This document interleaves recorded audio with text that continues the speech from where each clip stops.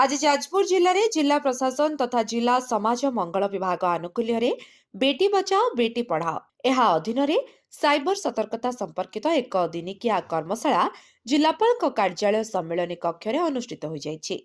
ଏହି କର୍ମଶାଳାରେ ମୁଖ୍ୟ ଅତିଥି ଭାବେ ଯୋଗଦେଇ ଉପ ଆରକ୍ଷୀ ଅଧୀକ୍ଷକ ଶ୍ରୀ ରତିକାନ୍ତ ଗିରି କହିଥିଲେ ଯେ ଆଜିର ସମୟରେ ଛୋଟ ପିଲାଠାରୁ ବୟସ୍କ ବ୍ୟକ୍ତି ସମସ୍ତେ ସ୍ମାର୍ଟଫୋନ ବ୍ୟବହାର କରୁଛନ୍ତି। ଫୋନ, ଇନଷ୍ଟାଗ୍ରାମ, ହ୍ୱାଟ୍ସଆପ୍, ଫେସବୁକ୍ ଇତ୍ୟାଦି ସୋସିଆଲ ମିଡିଆରେ ସକ୍ରିୟ ରହୁଛନ୍ତି। ତେବେ ଅପରାଧୀମାନେ ସକ୍ରିୟ ହୋଇ ପ୍ରତି କ୍ଷେତ୍ରରେ ଠକେଇ କରିବା ପାଇଁ ଉଦ୍ୟମ ମଧ୍ୟ ଜାରି ରଖୁଛନ୍ତି। ସେଥିପ୍ରତି ଆମେ ସତର୍କ ହୋଇ ସାଇବର ଠକାମିରୁ ବର୍ତ୍ତି ପାରିବା ବୋଲି ଶ୍ରୀ ଗିରି କହିଥିଲେ।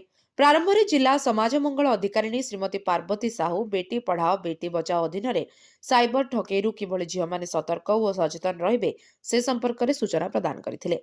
ଏହି ସମ୍ମିଳନୀ କକ୍ଷରେ ପ୍ରଶିକ୍ଷକ ଭାବେ ପୋଲିସ ସାଇବର ଏକ୍ସପର୍ଟରୁ ଇନ୍ସପେକ୍ଟର ଅଜୟ ସାହୁ ଏବଂ ଆଡଭୋକେଟ ଶ୍ରୀ ଅଖିଳ ମୋହନ ଦାସ ସାଇବର ଠକାମିର କିଭଳି ଶିକାର ନ ହେବେ ଏହାର ଅଧିନିୟମ ବିଷୟରେ ବିସ୍ତୃତ ଭାବରେ ଆଲୋଚନା କରିଥିଲେ। जिला शिशु सुरक्षा अधिकारी प्रोग्राम अधिकारी सब डिविजनल पीओ, जिला शिक्षा अधिकारी, जिला मंगल अधिकारी, आरकेएसके, जिला सूचना और लोकसंपर्क अधिकारी, समस्त सीडीपीओ, अंगनवाड़ी कर्मी, आशा कर्मी, किशोरी बालिका, सीएचएल, रुचिका संगठन DC, child right activist, hub staff प्रमुख जोगदे साइबर अपराधर संज्ञा कि प्रकार ठकामी एवं ताहार निराकरण सचेतनता और सतर्कता संपर्क में सविशेष तथ्य उपस्थापना करथिले।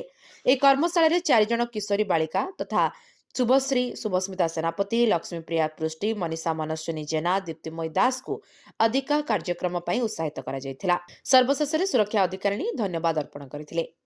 जाजपुर अभिमन्यु मिश्र रिपोर्ट, लिव लाइफ ओडिया।